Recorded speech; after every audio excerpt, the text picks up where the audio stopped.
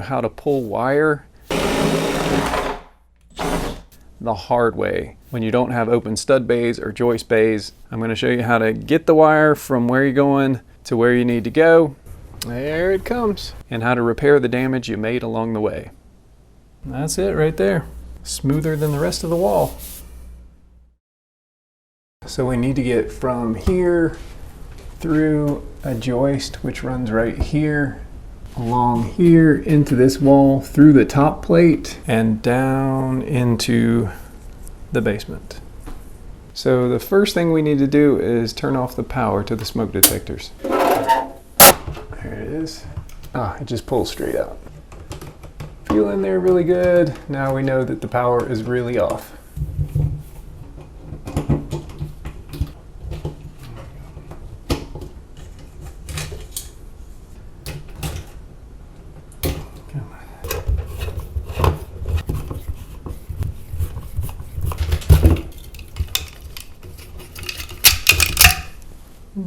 There we go. So we're about 8 inches, which puts us right there. We might not have to go through this one. Let's see, so we go over there. Here's the stairs coming down. We might be able to get into the wall. I think the joist is right here. We might be able to get in over here and come down here. So we know we have to go through this part of the wall right here. I think there are some studs right here. I think the studs are on this side of this joist. So we are going to need to go through this joist to get into open stud bay right here.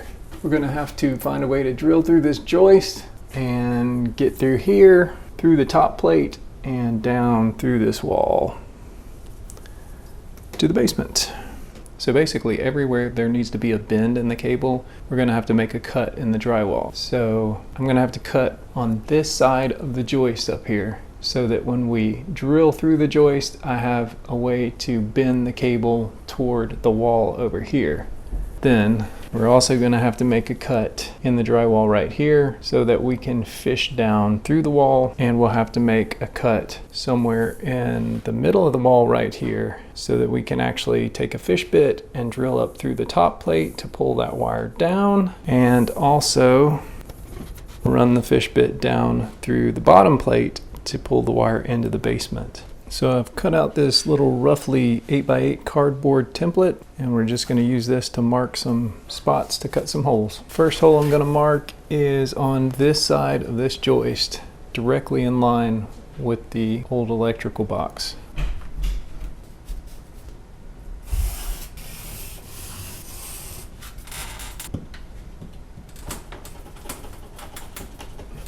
I might end up hitting the joist here.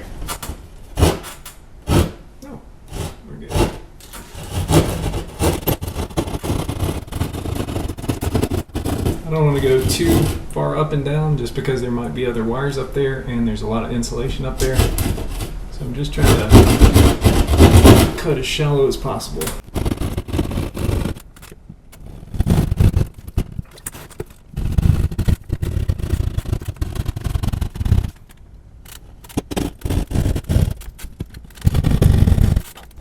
Should probably wear a dust mask.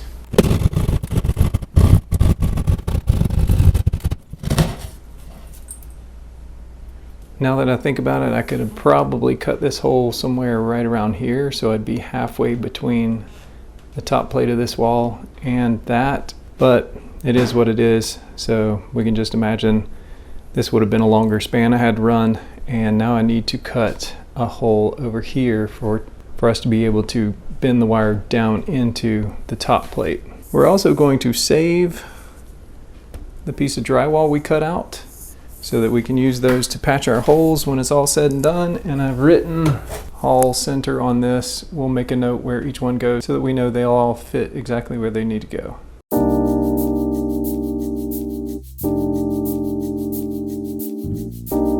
And now you can see why it's so important to cut shallow. Got some wires up here. I did nick this one, but it just went through the sheathing and not through the wire itself. So I'm just going to wrap a little electrical tape around that. That's totally harmless. Wire actually gets nicked as much as that when you're just pulling cable anyway, so that's all perfectly good. Don't go sawing deep or you'll bite into this, and if it's hot, then that could be dangerous.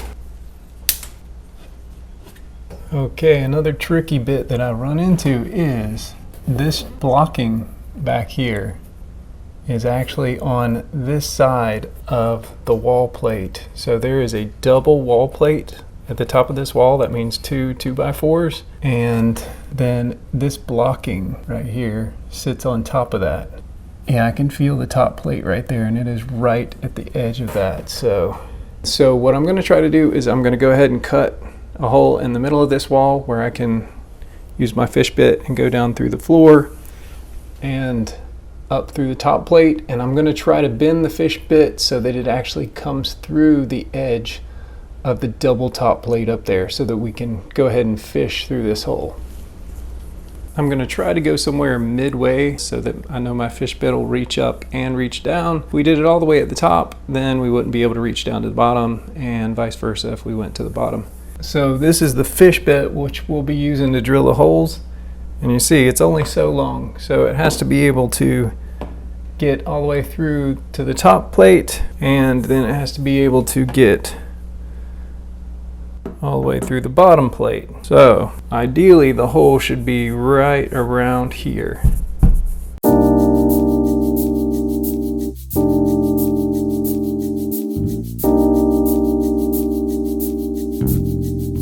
If you have an oscillating multi-tool, you can put one of these blades on it right here, and it actually only goes to about the thickness of drywall, so that actually makes it safer when you're cutting holes in drywall and you don't want to nick wires. So I'm going to switch over to that right now. But if you just have a keyhole saw, just keep those cuts shallow.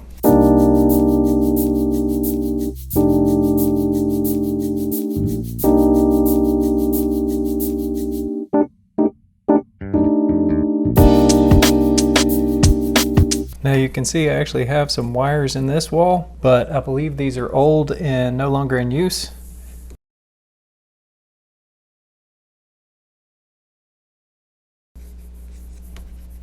So they're safe anyways. We also have a cable to the thermostat. All right, now as I said before, the trick is going to be to drill up through the top plate at this sort of an angle so that we can come out on this side of the block. Don't know if we can do it, but we're gonna do this side first, because if we can't do this side, we might as well not even do the bottom yet until we figure out how to get through the top. The cool thing about fish bits is they are flexible. And so most of them come with a tool like this. If not, you can buy it, and it wraps around the bit like this and enables you to manipulate it.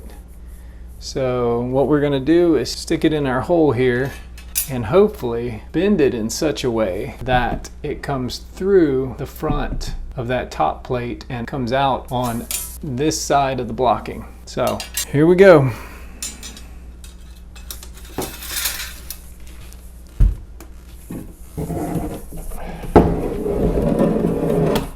Gonna try to make sure I'm angled. I'm bending it so I feel it rubbing on the inside of this drywall, and I'm gonna kind of press it against the drywall and run it all the way to the top. So hopefully when it starts drilling, it'll bite and move this way.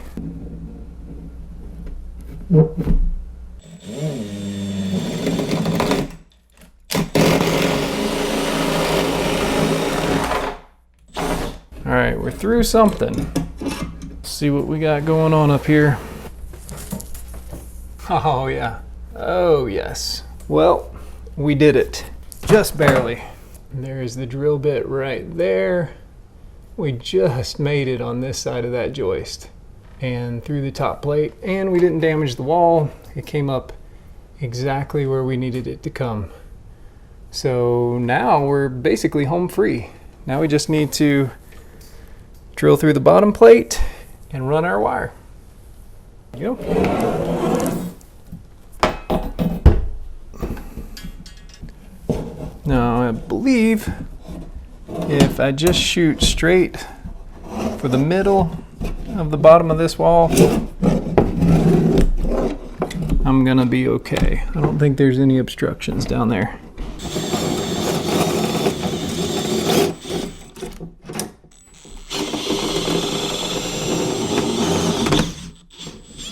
Now let's go down in the basement and see what happened.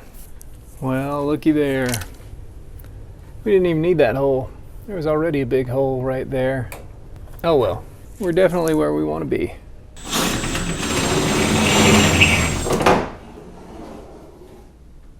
Oh, I almost forgot. Before we pull our cable, we got to drill a hole through that joist right there so that we can get to the box. Now I can probably just use a regular drill bit with maybe a right angle attachment, or a shorty drill bit and a regular drill, but since I got this fish bit out here, I'm just going to go ahead and go straight through with that.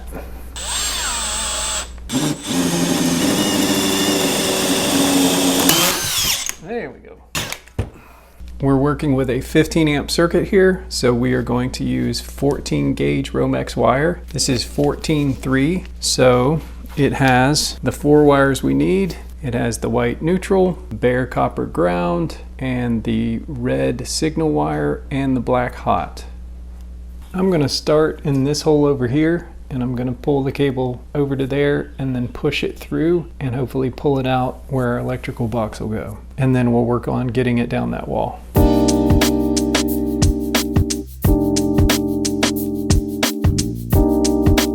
Now I'm going to need to actually cut the wire. So I've got to guesstimate how much wire I need to get through here, down through that wall, into the basement, and to wherever I'm going to put my smoke detector. I'm just going to kind of drape this along the wall and pull some extra and just, like I said, guesstimate. Always better to have too much wire than not enough. You can always use the cutoffs to do pigtails for other wiring needs.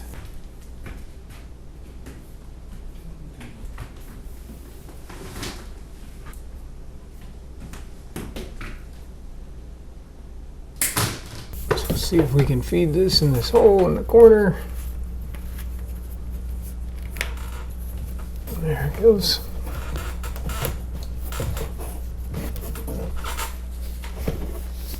It's popping out at our hole down here. So we can pull that on through. And at the same time, I'm making sure I'm reaching up and feeding it so there are no kinks.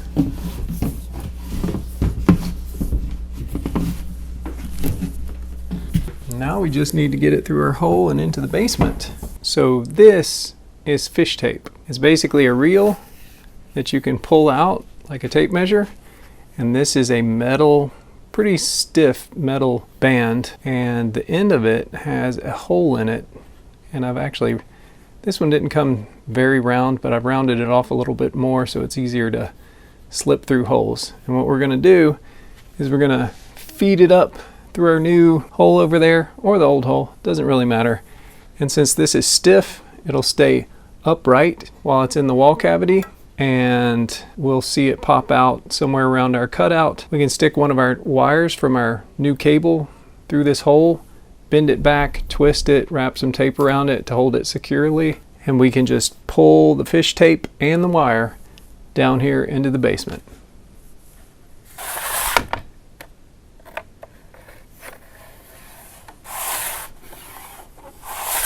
That should be about enough. I'm just gonna kind of hang that right there. Now we'll go back up the stairs and hook our wire to it and pull it through. Look at that, the fish tape came up and actually out the hole. So it's just waiting there for us. I'm gonna go ahead and take off some of the sheathing. Try to do it with this.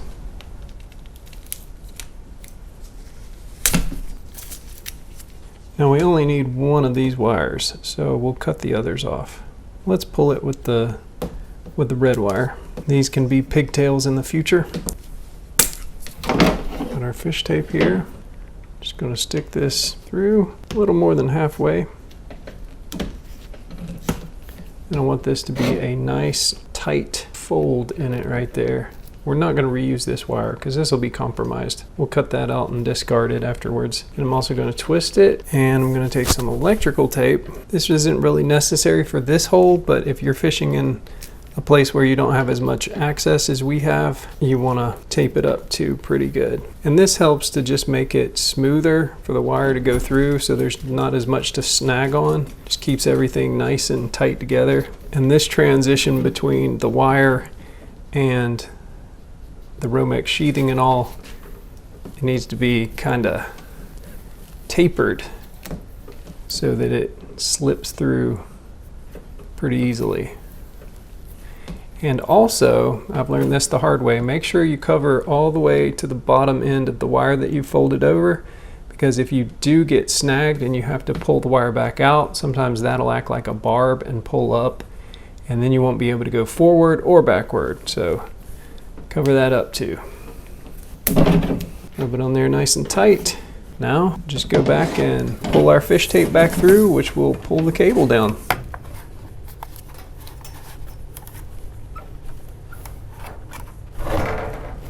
There it comes.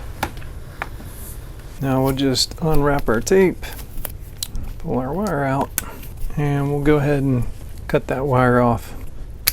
Now this box is way overkill, but I happen to have it on hand. That gives us plenty of, yeah. I'm gonna go ahead and poke this wire into the box before I nail it up there or screw it up there.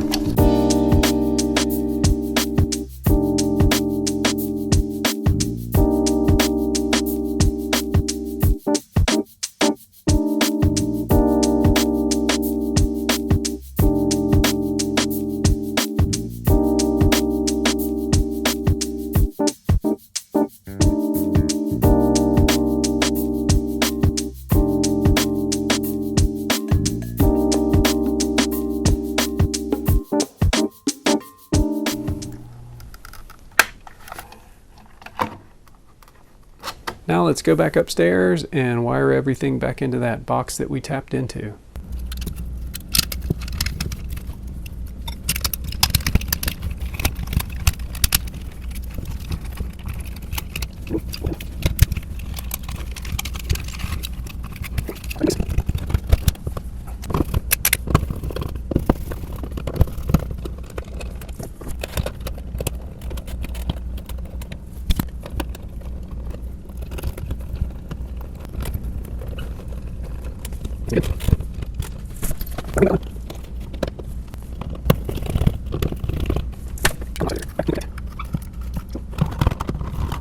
All right, now let's go back down to the basement and turn the breaker on, see if it all works.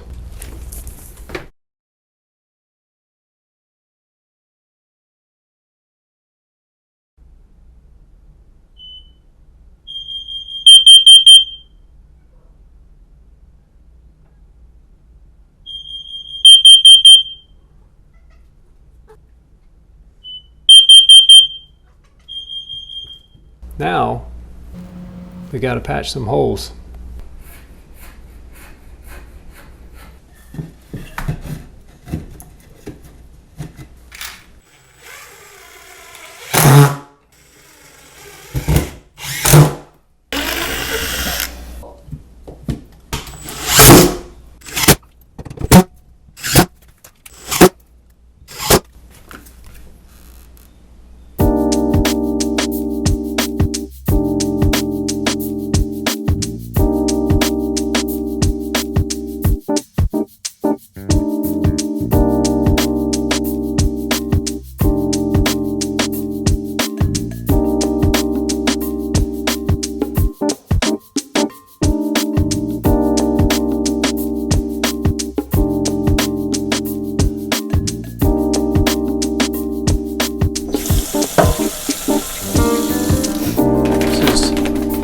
Sand 20. I only got just a little bit in the bottom there. Maybe I should go easier on the water until I see what we got.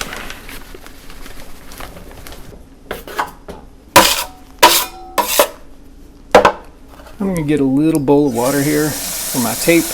Most people don't use water on their tape, but I really do find it reduces bubbles, rub off any loose pieces.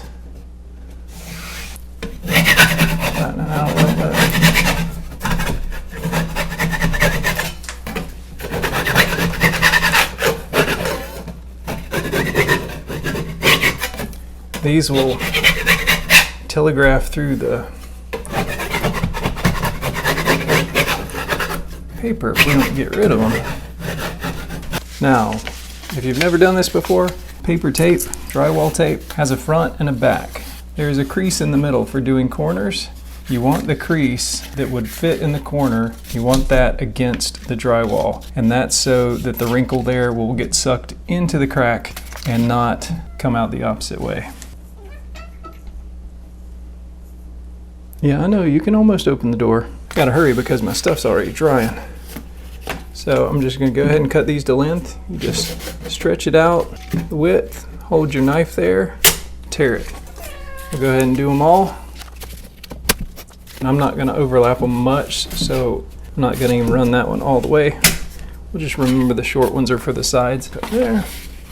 Then I'm gonna take my mud. Gonna get it in those cracks nice and good. Press it in there.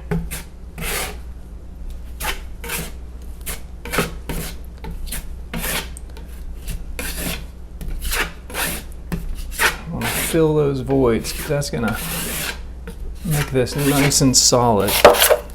You don't want all the mud to be on the surface. Press it in there.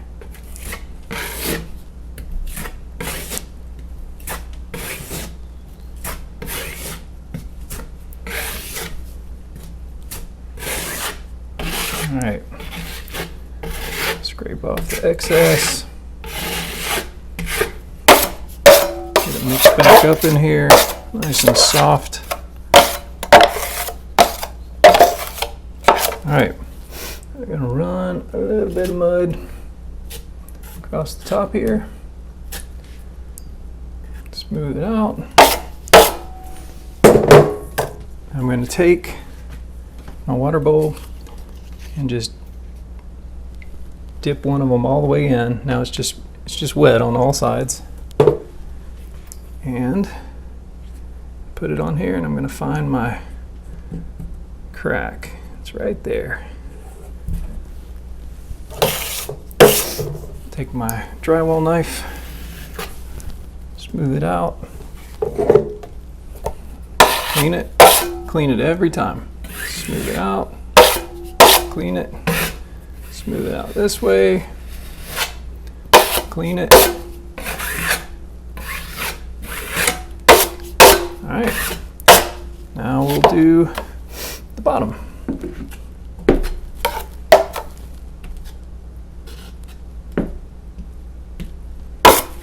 Dip my paper in the bowl, all the way both sides. Make sure the dimple is going into the wall, find the crack. I want to make sure that mud gets all the way under the paper. You know, if it's missing anywhere, obviously the paper's not going to stick. So when I squeeze this out, I want to know there's mud underneath all of that paper. Smooth it out. Scrape off the excess.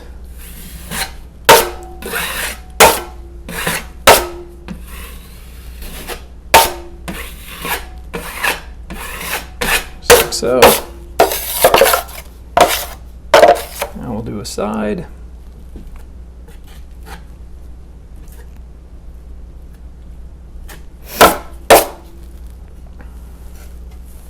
Put it in the water. Now some people, when they make their holes, they actually use I actually should have run that the whole way. I didn't realize that one wasn't going to cover, but we'll just show you how to work around that. You can just make another little patch. Some people like to take a big round hole saw to make all these holes, but I'll just tell you, it's a lot harder to patch a round hole than it is a square hole, so I prefer to make square holes. You can do this after the fact, so let's go ahead and make this one longer. This one. So we know it overlaps. There's mud on there. Doesn't have to be exactly in the crack. You just want to know you're not missing the crack. Scrape, clean, scrape, clean. I'll clean the pan up a little bit here so the edges don't dry.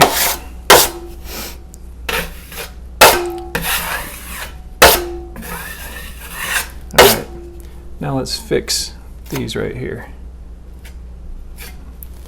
just really quick. I'll just do a couple little patches. I'm just going to tear off 2 little pieces, just enough to cover those. This will show you, there are no mistakes. It's like Bob Ross, happy little accidents, whatever. As long as you're getting mud under there, you're good. So, clean it. Now, it would be more ideal to have done that with 1 piece of paper so that we didn't have all this buildup right here, because that might show through and we're going to have to float that a little higher. But you know what?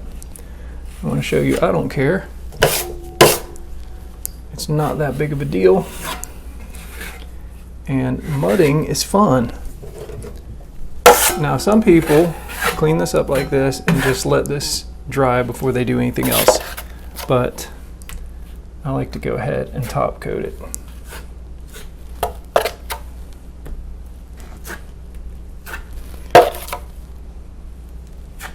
Now, I usually do this with a 6-inch knife, which I have on standby here, so I'm just going to go ahead and lay that on there. This knife. I'm going to grab my 6. I really love these Goldblatt stainless steel taping knives, and we're going to, this is called tapering the edge, so I'm pressing in to bend this knife so that I can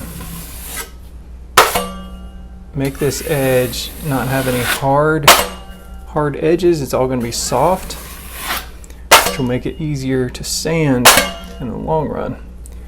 And then I'm going to lightly go over this. Lightly again. A little more on there.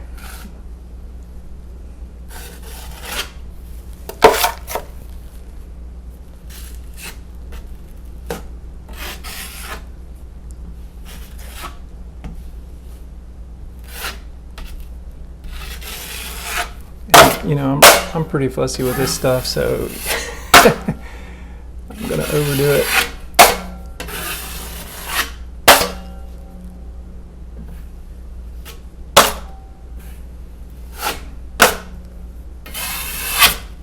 Now we'll go ahead and leave it like that, and we'll come back and do another coat. Let's go ahead and work on the ceiling. Before this cures, I only have like 5 more minutes on this. Time for you to be in time lapse.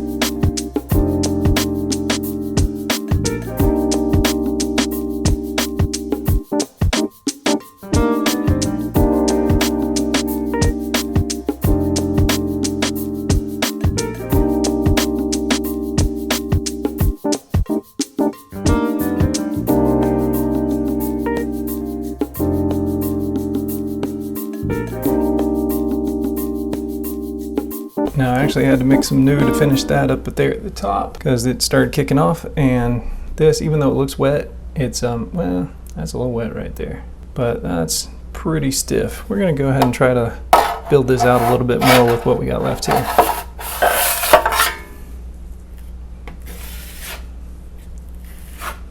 don't have much. In fact, I ran my bag out.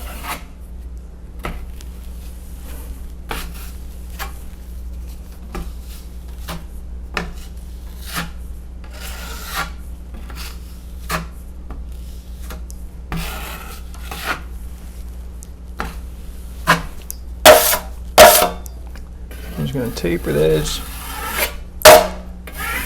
nice and smooth, and we'll leave that. One more coat should do it, and then we'll sand.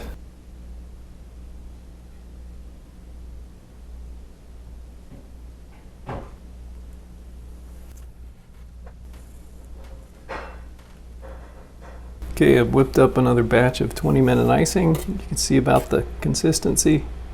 It's pretty stiff, it holds together, but it will run where it's too thick. Kind of like whipped icing. Anyways, this is dried overnight, and you can see you can almost sand it and it'd probably look okay. So that's with just 2 coats. That's with the taping coat on which we immediately applied another coat. And so this will be the 3rd coat. Scrape off my edges here.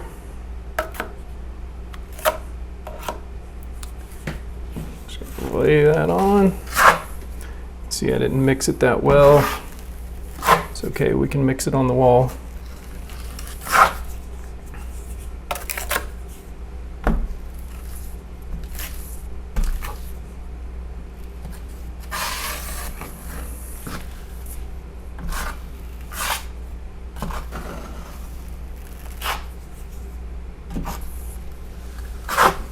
All right, clean my trowel off, clean my knife off, I should say. I'm gonna press in. I'm gonna go top or bottom. I'm gonna press in on one side of the knife here, so it flexes. And I'm gonna come down, taper the edge, across the bottom, go up this side. Top actually looks pretty good. I don't think I need to taper that. I'm just going to skim this off. Very lightly, just very light pressure on here. You can see I bumped the thermostat there and it made a little jog, but it's okay. Very light. Got a little dimple there. What we'll do is we'll just go back and do this again one more time. Load my knife, scrape the edges, get it on there. Ice that cake.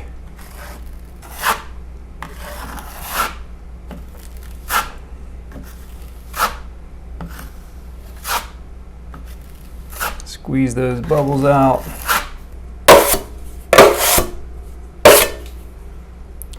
Taper it. Got a little bit of booger there, just messed that up. Taper that edge.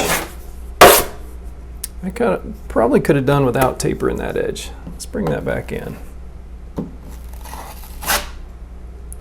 I actually like how that looks. So I'm not going to taper that edge. I'm going to use that edge. I'm going to taper the bottom.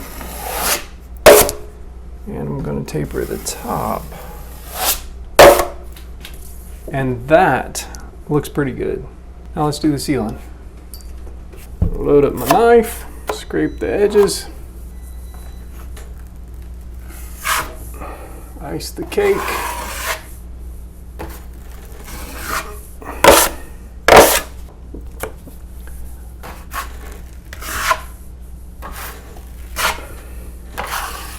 I like to go in multiple directions to kind of squeeze all the bubbles out.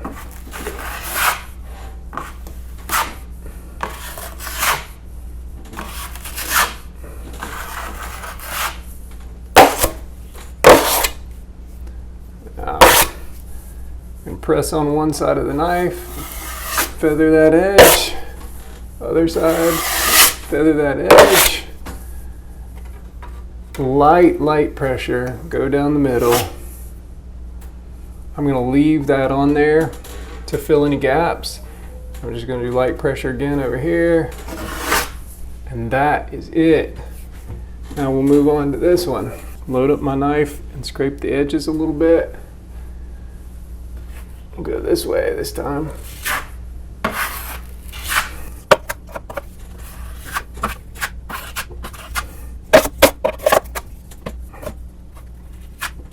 All right, one other direction. This direction. This direction. Oh yeah, nice and smooth. Taper the edge.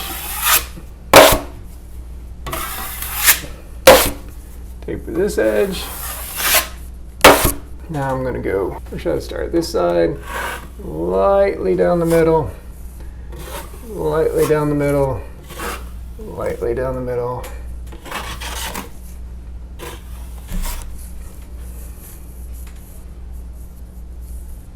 Here's where the two join up right there.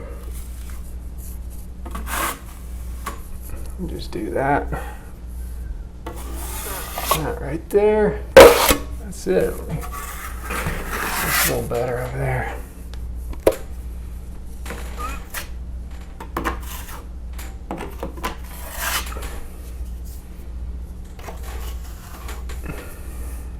All right. Look at that. That is ready for sanding. That is nice and smooth. Just take a light sanding with a sponge, as will this.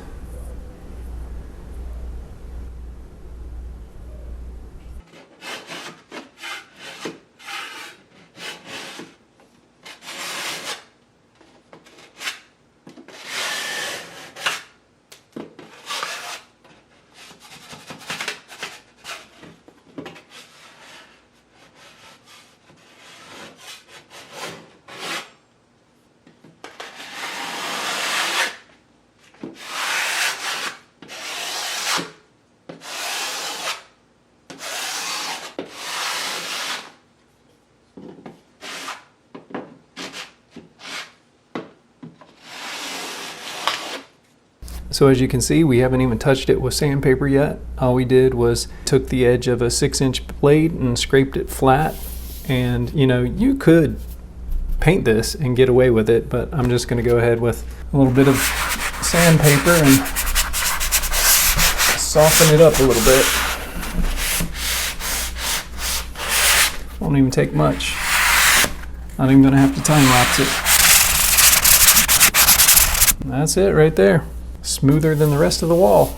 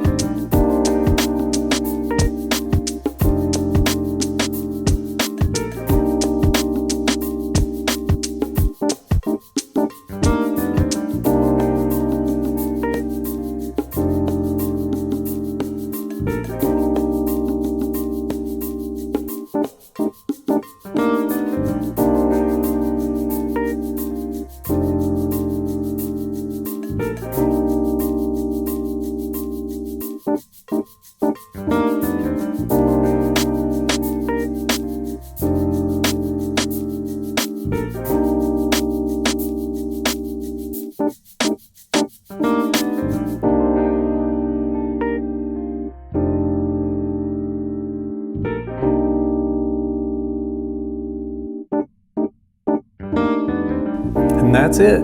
That's how you patch drywall after cutting it out to run some cable through it.